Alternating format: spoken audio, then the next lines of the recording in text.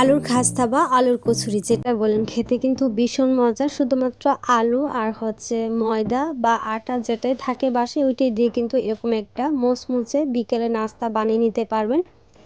এটা কিন্তু বাচ্চাদের টিফিনও দেওয়া যাবে। চলুন তাহলে একেবারে ঝটপট এই নাস্তাটা কীভাবে বাসায় তৈরি করে নেবেন।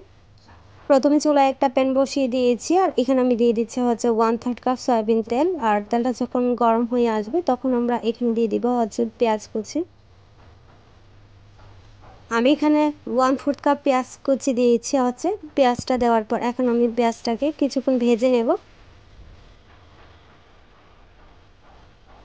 পেঁয়াজটা যখন কিছুক্ষণ ভাজা হয়ে যাবে তখন আমরা এখানে দিয়ে দেবো আদা বাটা 1 টেবিল চামচ, রসুন বাটা দিয়ে দিচ্ছি 1 টেবিল চামচ।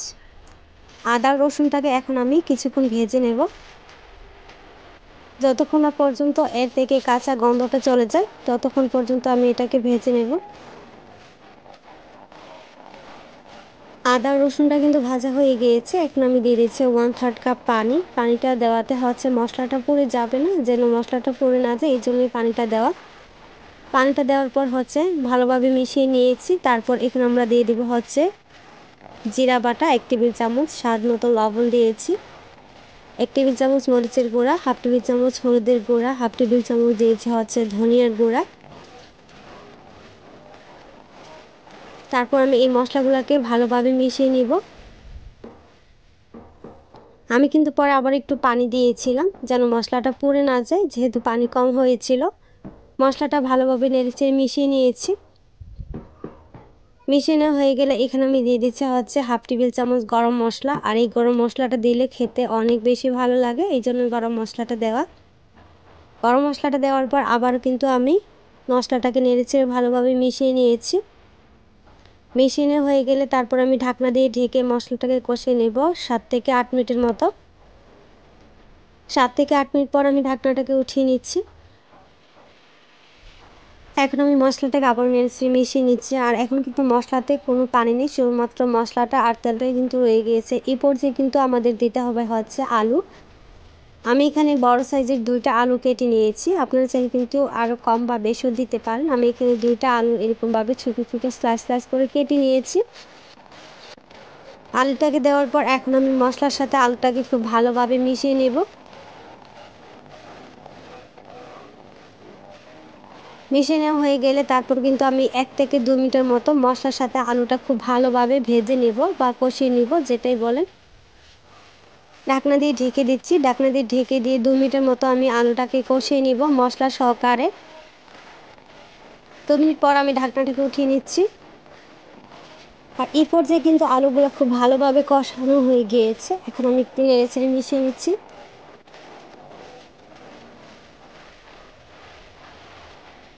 আলুটা নেড়েচেড়ে মিশিয়ে নিয়ে তারপর কিন্তু এখানে আমরা দিয়ে দেবো পানি। আর আমি এখানে 1 কাপের মতো পানি দিয়েছি। পানিটা দিয়ে তারপর মিশিয়ে নিয়েছি। তারপর এখন আমি কিন্তু ঢাকনা দিয়ে ঢেকে দেব। আর ঢেকে দেওয়ার আগে আমি কিন্তু এখানে একটা মশলা দেব, এই যে ম্যাজিক মশলা। এটা দিলে খেতে আরও বেশি ভালো লাগে, এই জন্য কিন্তু ম্যাজিক মশলাটা দেওয়া।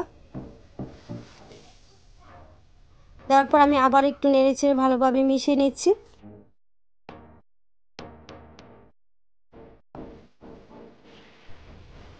মিশিয়ে নিয়ে তারপর আমি ঢাকনা দিয়ে ঢেকে এটাকে রান্না করব 10 থেকে 15 মিনিটের মতো। 10 থেকে 15 মিনিট পর আমি ঢাকনাটাকে উঠিয়ে নিচ্ছি।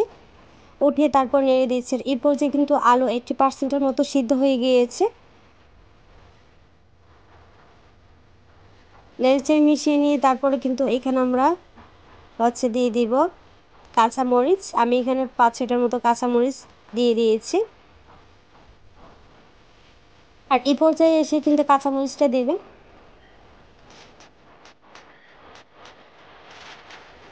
কাঁচামরিচটা দেওয়ার পর নেড়েচেড়ে মিশিয়ে নিয়েছি। মিশিয়ে নিয়ে এখন ঢাকনা দিয়ে ঢেকে রান্না করব আরও 5 থেকে 6 মিনিটের মতো। 5 থেকে 6 মিনিট পর আমি ঢাকনাটাকে উঠিয়ে নিচ্ছি। দেখেন আলু থেকে কিন্তু পানি একেবারেই টেনে গিয়েছে। এখন কিন্তু আলুটাকে আমি এভাবে একটু ভেঙে দিচ্ছি, কারণ আলুটা ভেঙে দিলে খেতে একটু ভালো লাগে বেশি, এই জন্য আলুটা এভাবে কিন্তু একটু ভেঙে দিবেন। আর এই পর্যায়ে কিন্তু আলু একেবারে সিদ্ধ হয়ে গিয়েছে। এই যে দেখেন, একেবারে কিন্তু আলুগুলা ভর্তা করা যাবে না, এরকম আধ ভাঙা করে কিন্তু আলুগুলাকে দিতে হবে। নেড়েচেড়ে আমি আবারও 2 মিনিটের মতো রান্না করেছিলাম। তারপর কিন্তু আমি এখন দিয়ে দিচ্ছি হচ্ছে 1/4 কাপ ধনিয়া পাতা কুচি। আর এটা দিলে খেতে কিন্তু আরও বেশি ভালো লাগে, যেহেতু শীতকাল এখন, আর শীতকালে কিন্তু নাস্তা খেতে এমনিতে অনেক ভালো লাগে, যেহেতু শীতকালে অনেক কিছু পাওয়া যায়। তারপর আমি পাতাটা দেওয়ার পর নেড়েচেড়ে মিশিয়ে নিয়েছি।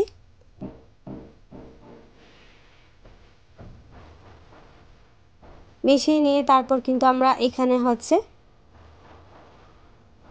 চুলাটা অফ করে দিয়েছি। চুলাটা অফ করে দিয়ে কিন্তু আমি এটাকে হচ্ছে সাইডে রেখে দিব ঠান্ডা হওয়া পর্যন্ত। এই যে এই পর্যায়ে কিন্তু আমি চুলা থেকে উঠিয়ে তারপর হচ্ছে সাইডে রেখে দিয়েছি। রেখে দিয়ে এদিকে একটা বাটি নিয়ে নিয়েছি, আর এখানে আমি দিয়ে দিচ্ছি হচ্ছে 1 কাপ ময়দা, আর এখানে দিয়ে দিচ্ছি হচ্ছে 1 কাপ আটা। যেহেতু আমার ময়দা ছিল না, তাই এখানে আটা আর ময়দা একসাথে মিক্স করে দিয়েছি। স্বাদ মতো লবণ, আর এখানে 1/3 কাপ দিয়েছি হচ্ছে সয়াবিন তেল। এখন হাতের সাহায্যে ময়দাগুলোকে খুব ভালোভাবে মেখে নিতে হবে, যতক্ষণ না পর্যন্ত একেবারে হাতের মুঠো এসে যাবে। একবার হাতে নিয়ে মুঠ করে দেখবেন যে একবার মুঠ হয় কিনা। এই যে দেখেন একেবারে কিন্তু খুব সুন্দর মুঠ হয়, আর এই পর্যায়ে কিন্তু মাখানো হয়ে গিয়েছে। এখন অল্প অল্প কুসুম গরম পানি দিয়ে একটা ডো করে নেব, আর এখানে কিন্তু কুসুম গরম পানি দিতে হবে। আমি হচ্ছে কুসুম গরম পানি অল্প অল্প দিয়ে দিয়ে কিন্তু একটা ডো করে নেব। আর একেবারে সফট একটা ডো করে নিতে হবে, শক্ত করে কিন্তু এই ডোটা করা যাবে না, একেবারে সফট করে একটা ডো করে নিব আমরা। এই যে দেখেন একেবারে সফট করে কিন্তু একটা ডো করে নিয়েছি।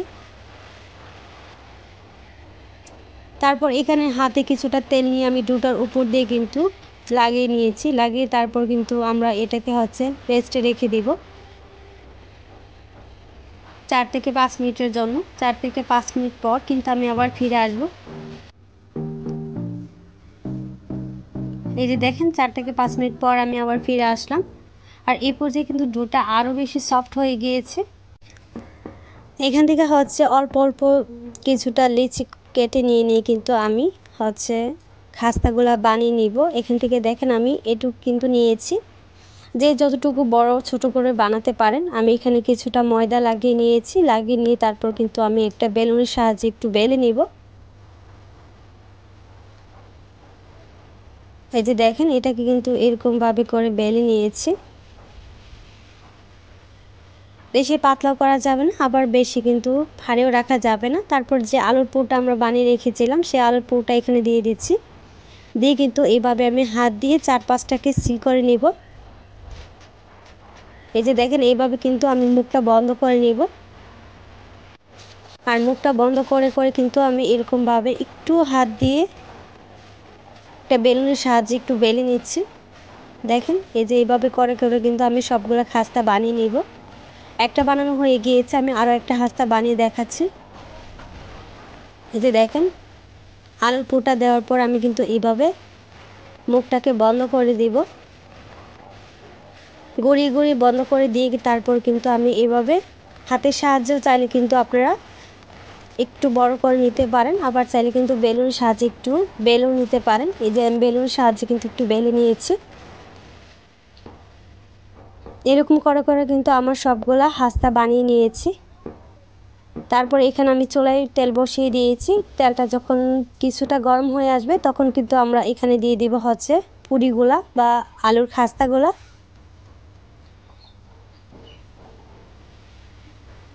একসাথে আপনারা 3টা 4টা বা 2টা 1টা যতটা ইচ্ছে কিন্তু ভেজে নিতে পারেন, আর একটু তেল বেশি দিলে কিন্তু অনেকগুলা করে ভাজা যায়। আমি এখানে 3টা করে ভেজে নিয়েছি। একবার যখন 3 মিনিটের মতো ভাজা হয়ে যাবে তখন কিন্তু আমরা উল্টিয়ে দিব, আর এই পর্যায়ে কিন্তু চুলার আঁচটা মিডিয়ামের চেয়ে নিচে রাখতে হবে, হাই হিটে কিন্তু এগুলো ভাজা যাবে না। এই যে 1 পিঠ ভাজা হয়ে গেলে আমি উল্টিয়ে দিয়েছি, উল্টিয়ে কিন্তু আমি আরও 1 পিঠ ভেজে নিব। দেখেন খাস্তাগুলা বা আলুর পুরগুলা কত সুন্দরভাবে ফুলে ওঠে। এই আলুর খাস্তাগুলো খেতে কিন্তু আসলেই অনেক বেশি ভালো লাগে। বাসায় একবার হলে ট্রাই করে দেখবেন। দেখেন একেবারে কিন্তু আলুর খাস্তাগুলো ফুলে টইটুম্বুর হয়ে গিয়েছে। আর এই আলুর খাস্তাগুলো কিন্তু ভাজার পর অনেকক্ষণ পর্যন্ত এরকমভাবে ক্রিস্পি থাকে, প্রায় 7-8 ঘন্টার মতো এরকমভাবে ক্রিস্পি থাকবে। আর এই পর্যায়ে কিন্তু আমাদের 2 পাশে কিন্তু ভাজা হয়ে গিয়েছে। চুলার আঁচ মিডিয়ামের চেয়ে নিচে রেখে কিন্তু এগুলো ভাজতে হবে। আমাদের কিন্তু আলুর খাস্তাগুলো ভাজা হয়ে গিয়েছে। এখন আমি আলুর খাস্তাগুলোকে উঠিয়ে নিচ্ছি। উঠিয়ে তারপর যেগুলো ছিল ওইগুলো কিন্তু আমি একে একে তারপরে ভেজে নিয়েছিলাম।